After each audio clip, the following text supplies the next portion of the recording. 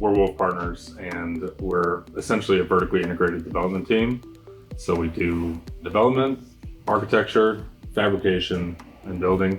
We started this company to try to find a better way to build. We knew that we needed to adopt new technologies. We were a little bit frustrated with the lack of accuracy and control, the lack of skilled tradesmen, and we wanted to find a better solution. Part of that was we needed to utilize the really robust three-dimensional models that we're already making as architects and translate that to the field somehow. And we did a lot of research and we found how. And we really liked the way that how machines are very flexible and how we can communicate with them. And so we're just always iterating and trying to find a new way to communicate with them and take that three-dimensional digital model and really bring it to physical reality without any loss of accuracy. I'm Josh Nicholson, co-founder and partner at Wolf Partners. I have an architectural engineering degree and I'm a licensed GC.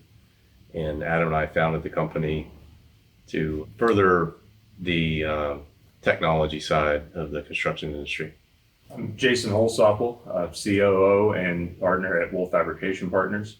My background has been in product development and supply chain, and so I had a previous company doing a startup with a manufacturing background. So I run the fabrication arm of that business and take that digital model and produce that true physical product out on site. I'm Adam Wolf, principal and co-founder here at Wolf Partners. I'm an architect. My background's in not only architecture, but more computational architecture and using the power of scripting and computational softwares to find architectural solutions.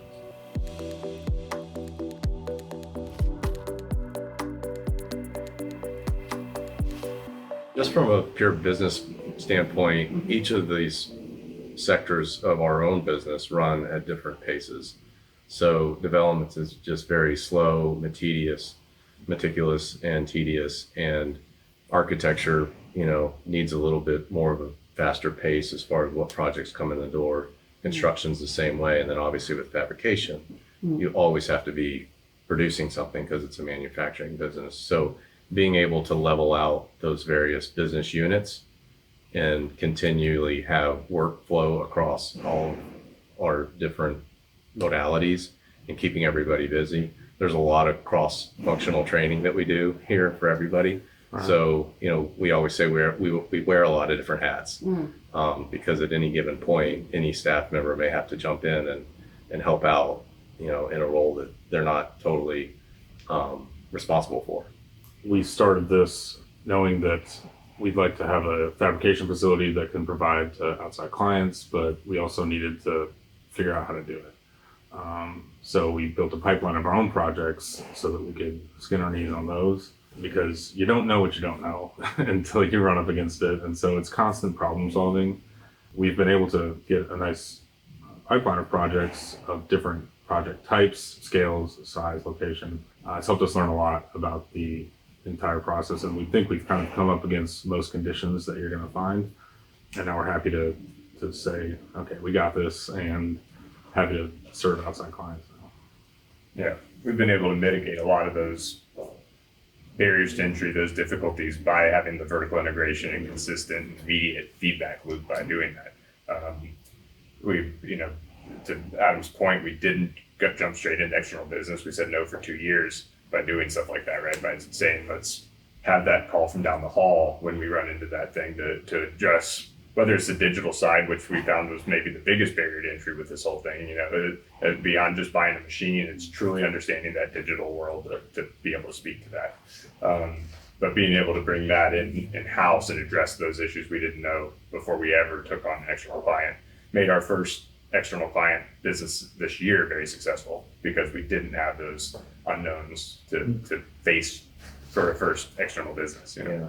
And from an external standpoint, each of these businesses, we can kind of a la carte our services to each other. So rather than just offering steel fabrication exclusively, many of those people need the design input, they need the design help, and they need the actual site erection portion of that as well. And so for us to be able to offer kind of any and all of those, right? We can just provide In a different the mixture, yeah. panels, or we can provide that with a design specifically for the panelization, which, there's a lot to be said for the efficiency of a project if it's designed for panelization as opposed to trying to put that in after the fact, right?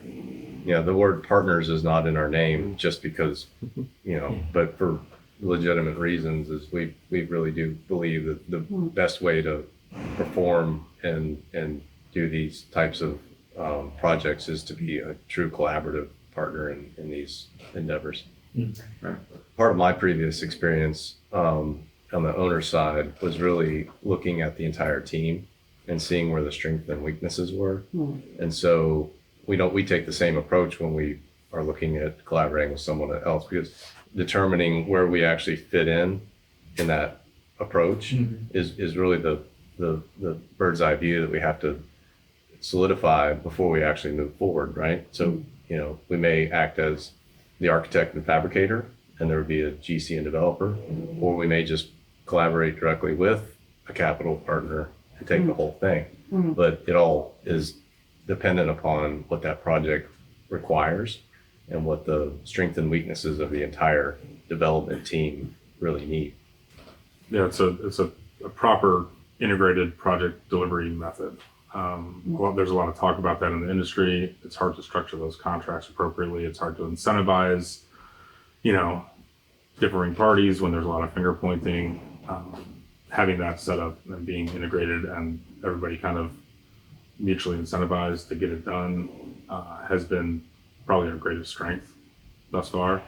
And then having, like you said, done all those roles, we know when we're plugging into other groups or, doing a different type of project team in different capacities, we kind of know what to expect, and we know what to expect of those folks, ourselves, and it makes it really seamless.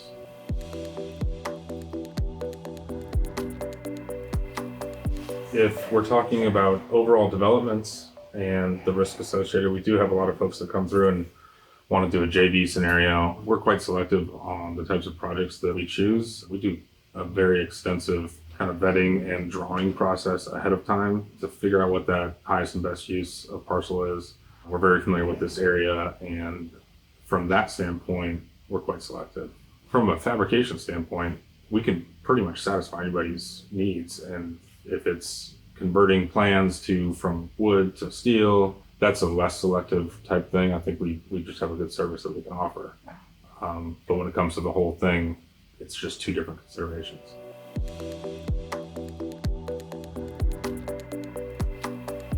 Adam and I had been incubating this idea of doing our own development for a long time at our previous firm. And we kicked the tires on a lot of different technologies that were out there in the market, SIPS panels, insulated concrete forms, but they were all sort of lacking that sort of collaborative digital process that we were after. And there was one day that I was actually driving to the office, and there was a cigar shop going up, and these guys were unloading a trailer full of metal panels. I thought, well, that was kind of interesting. I went home for lunch, and on the way back from lunch, they were done. They had the building standing, the roof panels were on, and they were, it was ready for sheathing. And I thought, well, if they can build a 2,000 square foot cigar shop in a morning, what is this stuff? I never at this point never heard of a roll former before, didn't know what that was. And so I literally just pulled off the road immediately and jumped out of my truck and asked these guys, what is this? And so they told me there was one. This guy made them up in Cross City, Florida, and it led down this rabbit trail of, okay, well, what's a roll former? and then Adam and I started talking about it, and we realized that the automation piece was the key to unlock the digital realm for him, because he lived in this, with the computer science background and the architecture piece, he lived in this space where everything was digitized. We had no way of translating that into a built environment. And then we just started doing research on, well, who makes the best roll forming.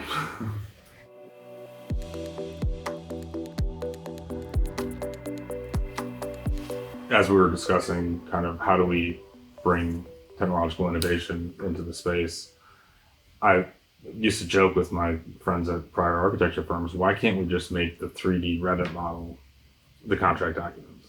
It's extremely robust. It's got every single element. It's down to trim, window offsets. Like, why can't we just have guys build from the Revit model? And it gets sliced into 2D plans like this, further abstracted, whether they're looked at or not by the guy installing something, you never know. So we wanted to grab hold of control, but still have design freedom. We do site-specific development. Like I said, we're choosy on the sites, and each site calls for a different solution. You know, maybe you know that you're going to do multifamily, but the way that it's organized, the way that it's expressed, what neighborhood it's in, what's the history of the neighborhood, are all factors that go into how we decide what we're going to build and develop.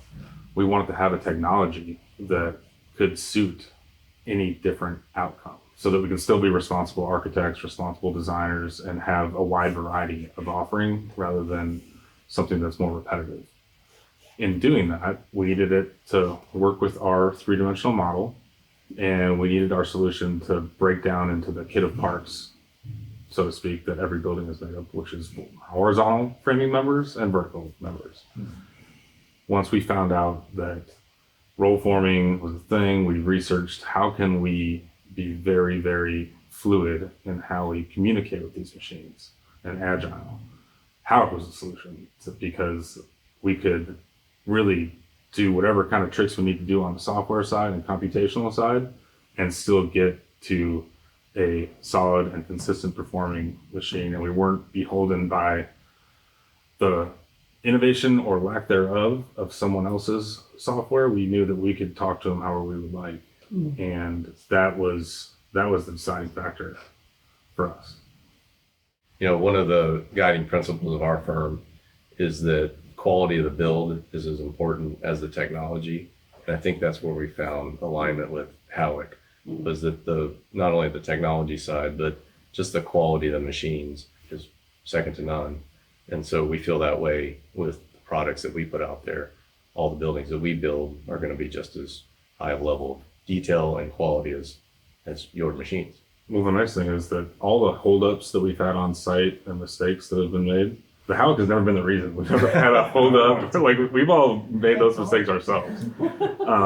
You know, the machines just run so cleanly and they're so reliable. Like, They're absolutely beautiful machines. They're ease of operation. I mean, we we have a lot of stuff to worry about, and that's not one of them, which is so nice. Our very first project that we did with the machines was a 9-unit townhome building. It actually is 2 buildings. The developer had started a very similar type building product as ours. It was 2 buildings. I think they had 11 units. And they broke ground about a month before we did. We finished at least a year before them because they're not done yet.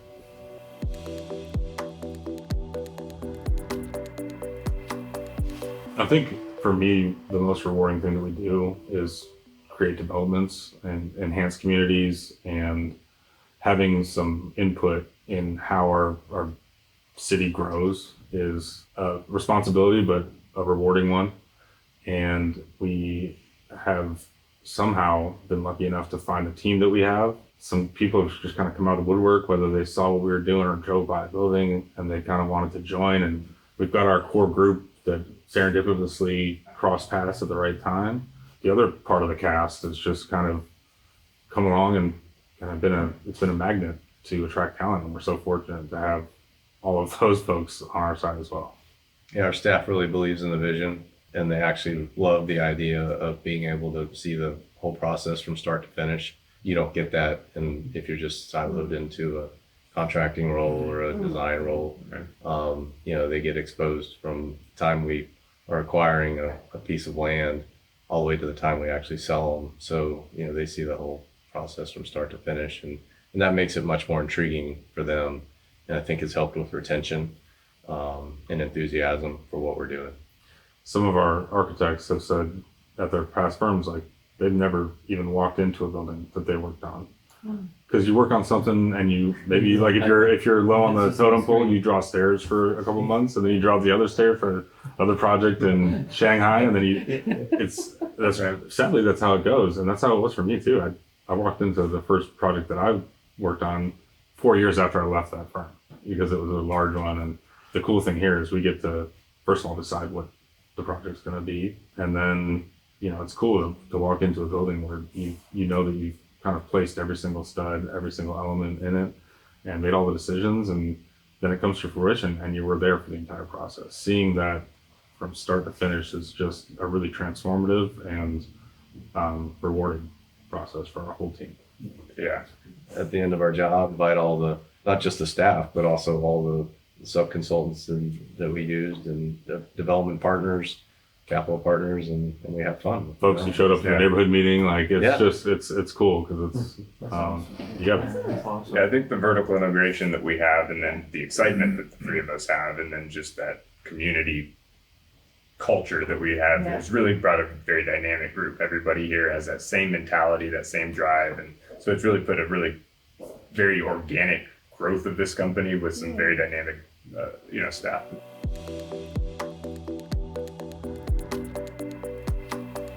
We are architects and contractors first that happen to do development. And I think that is the difference. We have a responsibility as designers, as builders, to really, hone our craft.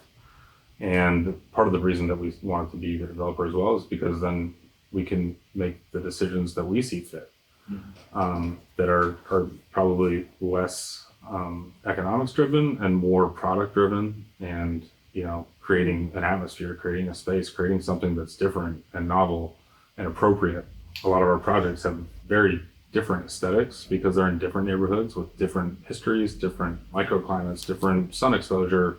We think that's the responsible way to design and develop. And we wanted the freedom to do that with our prefabricated process. So call it mass customization, where we can design what we think is appropriate and site specific, but not have to change anything about our process out here in the shop. And that's what we're doing with the house machines. Yeah.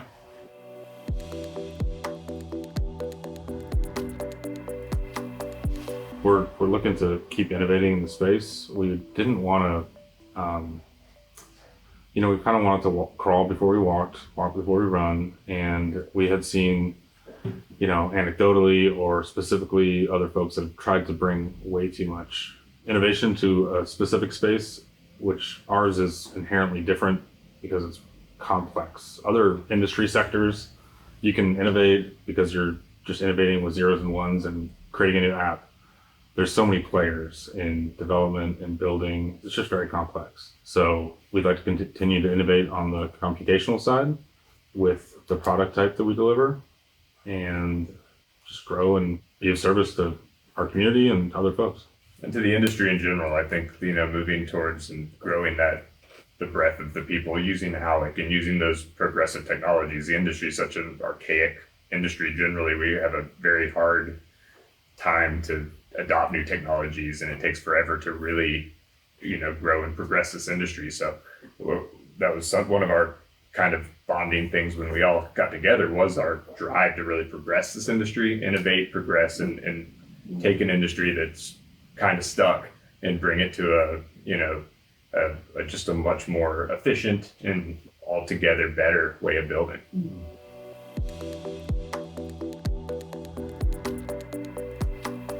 It really stems from a passion that we all have to advance the industry forward in whatever little way that we can play a part in that, is our goal. Just because it's a industry that we all grew up caring about and wanting to be a part of, and as we got into it, we realized that by creating the future, so to speak, or a little piece of that is more meaningful for us to show up and do what we're doing every day than it is just to be doing it the way that everyone else has always done it. And I think too, with us being a startup, so to speak, we're still in that early phase. We didn't have the legacy baggage of trying to work with an existing organization to implement this. It was like, this is what we're doing from the start. And so we didn't have any constraints on what we could do. And that's been very freeing and allowing us to be pioneers in what we're doing.